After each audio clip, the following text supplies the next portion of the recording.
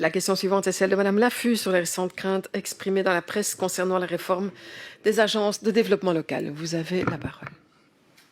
Merci Madame la Présidente. Monsieur le Ministre, les agences de développement local font l'objet de nombreux articles de presse ces derniers jours, plusieurs d'entre elles ayant relayé leurs inquiétudes par rapport à l'avenir du dispositif dont la disparition de la mouture actuelle est fixée au 31 décembre de cette année. La déclaration de politique régionale est claire. Le dispositif des ADL sera réformé en adéquation avec le nouveau dispositif des agences de développement centre-ville, ADCV, avec pour objectif de massifier l'expertise. Les faiblesses du système actuel sont connues. Trop grande hétérogénéité des missions, surreprésentation publique, charges administratives élevées. En d'autres termes, les structures actuelles manquent d'efficacité et de lisibilité. Ces lacunes justifient la refonte du dispositif en opérant notamment un recentrage des missions.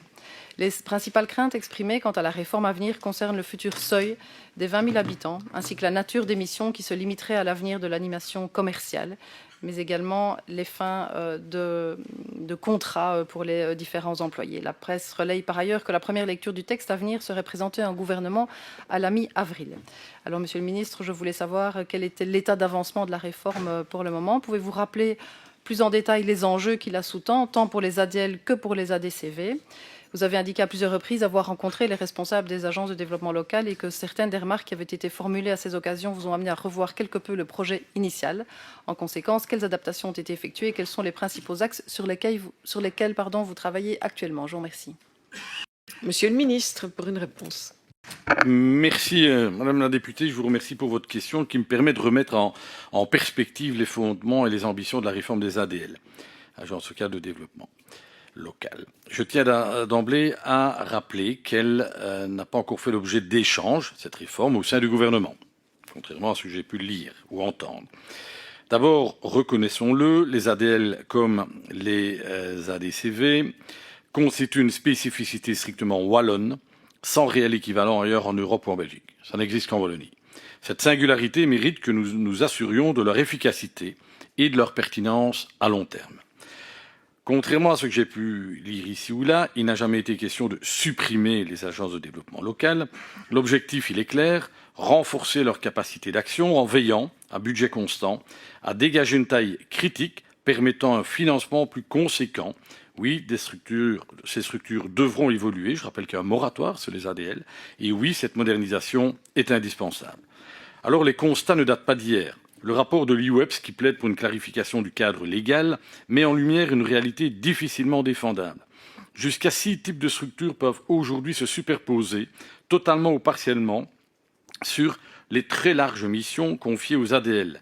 Groupe d'action locale, légal, parc naturel, starter Wallonia, maison du tourisme, maison de l'emploi. À cela s'ajoutait le cumul ADL, ADCV, devenu heureusement impossible depuis 2023. Dans ces conditions, poursuivre sans rien changer serait irresponsable. Notre objectif est donc simple, mettre de l'ordre, clarifier les missions et garantir que chaque euro investi profite réellement aux Wallonnes et aux Wallons. Quelques exemples illustrent. Une ADL doit-elle organiser un salon du bien-être animal ?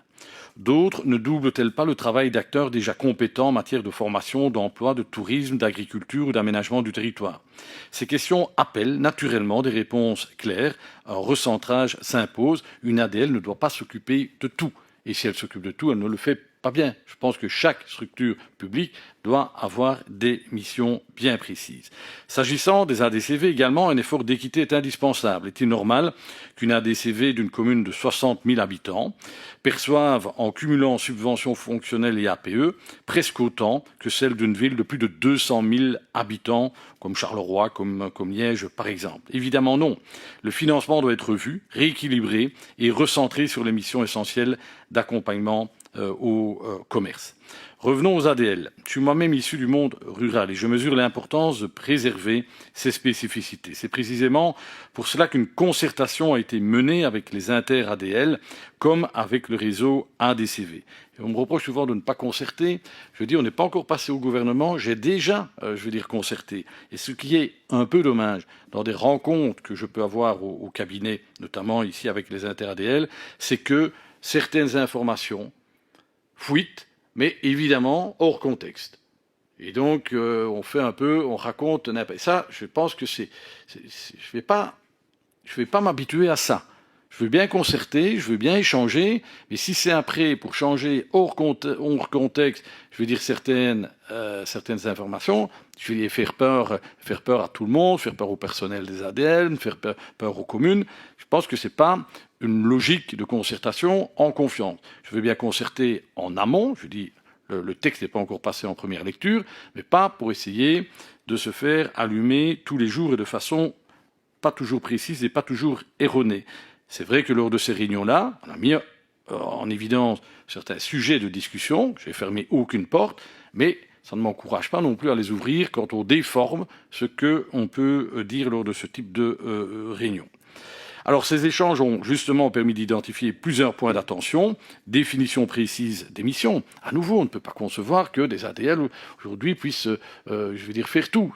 Ça n'a pas beaucoup de sens. Accompagnement au changement, adéquation des ressources humaines, question de la taille critique, et j'entends bien que pour des zones rurales, c'est peut-être plus problématique, donc je ne suis pas fermé. Ces éléments seront évidemment naturellement intégrés, tout ce qui relève du bon sens sera pris en compte, c'est ma façon aussi de travailler. L'ambition est de finaliser une réforme qui laisse aux structures le temps nécessaire aussi pour préparer la transition. Une communication complète sera faite à l'issue de la première lecture par le gouvernement wallon. Enfin, je tiens à rassurer l'ensemble des acteurs. Le SPW Économie, Emploi, Recherche accompagnera toutes les structures sans exception afin de garantir une transition fluide et efficace vers le nouveau régime. Ça évitera d'avoir 36 000 motions issues des conseils communaux et je l'ai dit sur base d'informations qui sont à tout le moins incomplètes et qui ne sont pas définitives. Merci, Monsieur le Ministre. Madame Laffu pour une réplique.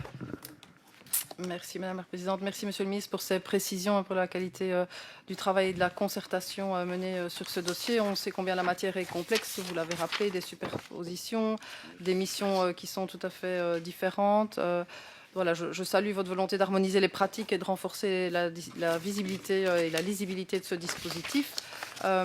Et donc, je vous remercie aussi pour le temps nécessaire qui sera octroyé aux différents acteurs pour préparer en tout cas la transition. Et je note aussi qu'il y aura une attention particulière portée aux réalités de la ruralité parce que je pense en effet que c'est déterminant au regard du seuil de ces 20 000 habitants qui est difficilement atteignable dans de nombreux territoires. Mais je pense que c'est en tenant compte des spécificités et de l'ensemble du dispositif que la réforme pourra pleinement renforcer l'efficacité des agences tout en préservant leur rôle essentiel. Je vous remercie.